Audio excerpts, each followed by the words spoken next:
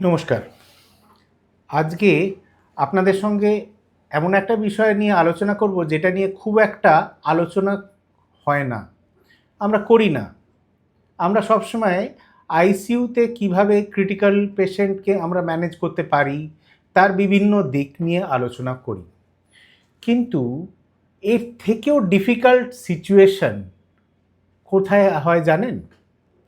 সেটা হচ্ছে এই ক্রিটিক্যালি ইল পেশেন্টকে যদি ট্রান্সপোর্ট করতে হয় এক হাসপাতাল থেকে অন্য হাসপাতাল, এক শহর থেকে অন্য শহর, তখন পেশেন্টরা প্রচণ্ড ভালনারেবল, অনেক রকম সাপোর্টের মধ্যে আছেন।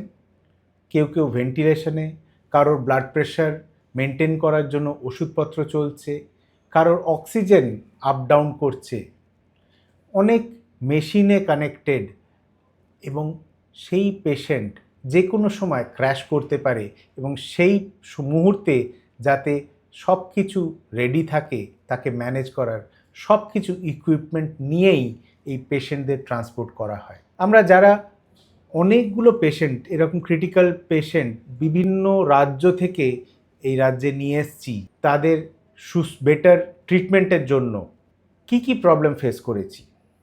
প্রথমত, এই পেশেন্টগুলো ফিজিওলজিক্যালি খুবই আনস্টেবল। দ্বিতীয় ইম্পর্টেন্ট বিষয় হচ্ছে, যখন ট্রান্সপোর্ট করছি আমার কাছে কিন্তু আইসিইউর সব রকম ইকুইপমেন্ট কিন্তু নেই, সব রকম সাপোর্টও নেই, সব ম্যান পাওয়ারও নেই, খুব লিমিটেড রিসোর্স নিয়ে আমরা যাচ্ছি।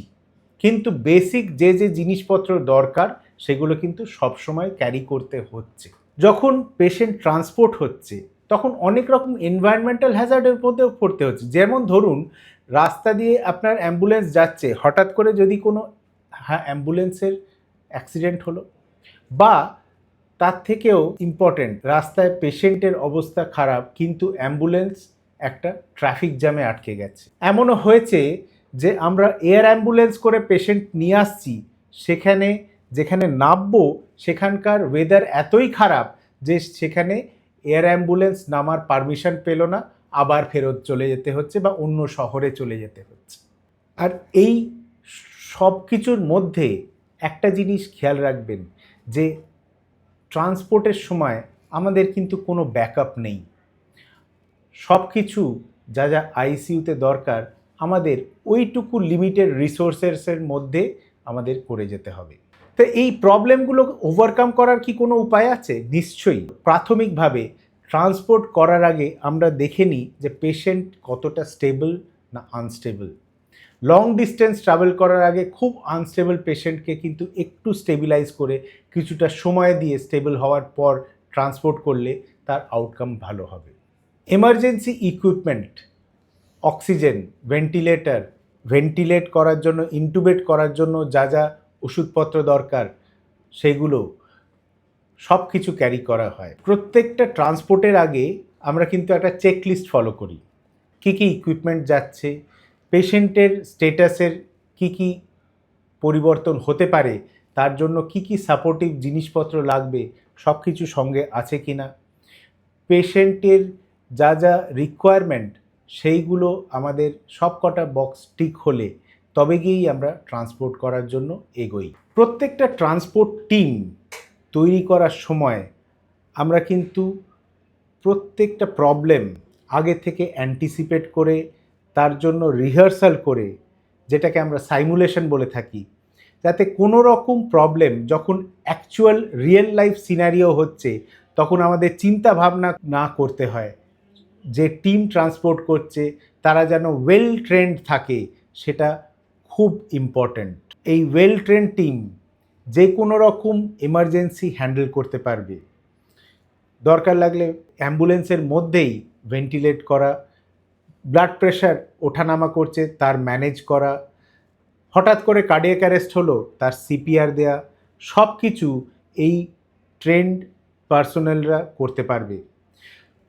এই টিম যে সবসময় যে ডাক্তাররা সব কিছু করছে তা নয়, কারণ এই ট্রান্সপোর্ট টিমের মধ্যে 2-3 জনের বেশি ডাক্তার থাকবে না, তার সঙ্গে সঙ্গে আরও অনেক প্যারামেডিক্যাল স্টাফ থাকে যাদের একটা স্ট্রাকচার ট্রেনিংয়ের মধ্যে দিয়ে যেতে হয় এবং তারপরেই তারা এই ক্রিটিক্যাল পেশেন্ট ট্রান্সপোর্ট করার জন্য তাদের ডিপ্লয় করা হয়।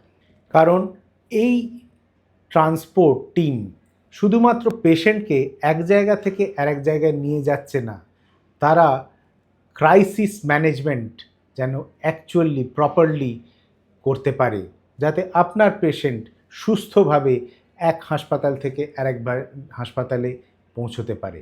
ট্রান্সপোর্ট আমাদের 3 রকমভাবে করা যেতে পারে। বেশিরভাগ সময়তেই শর্ট ডিস্টেন্সের জন্য আমরা রোড ট্রান্সপোর্ট ইউজ করে থাকি, মানে হচ্ছে রোড অ্যাম্বুলেন্স। এছাড়া লং ডিস্টেন্স ট্রান্সপোর্ট যখনই আমরা করছি তখন আমরা এয়ার অ্যাম্বুলেন্সের সাহায্য নিয়ে থাকি, যদি পেশেন্ট খুব ক্রিটিক্যাল থাকে এবং সময়ের অভাব থাকে যে এক জায়গা থেকে আরেক জায়গায় তাড়াতাড়ি পৌঁছতে পারবে।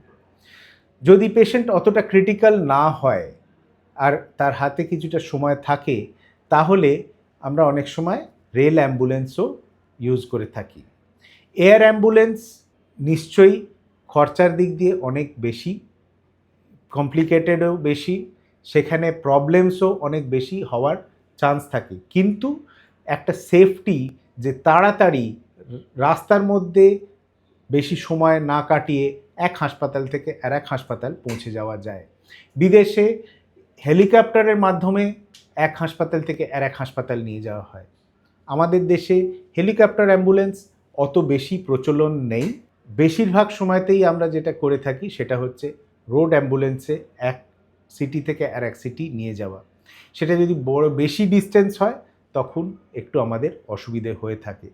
তাই যখনই আপনি দেখবেন একটা আইসিইউর মতো একটা অ্যাম্বুলেন্স যাচ্ছে, সবসময় ভাববেন একটা টিমের কথা, যে ট্রেন টিম আপনার পেশেন্টদের এক হাসপাতাল থেকে আরেক হাসপাতাল ট্রান্সপোর্ট করে নিয়ে যাচ্ছেন।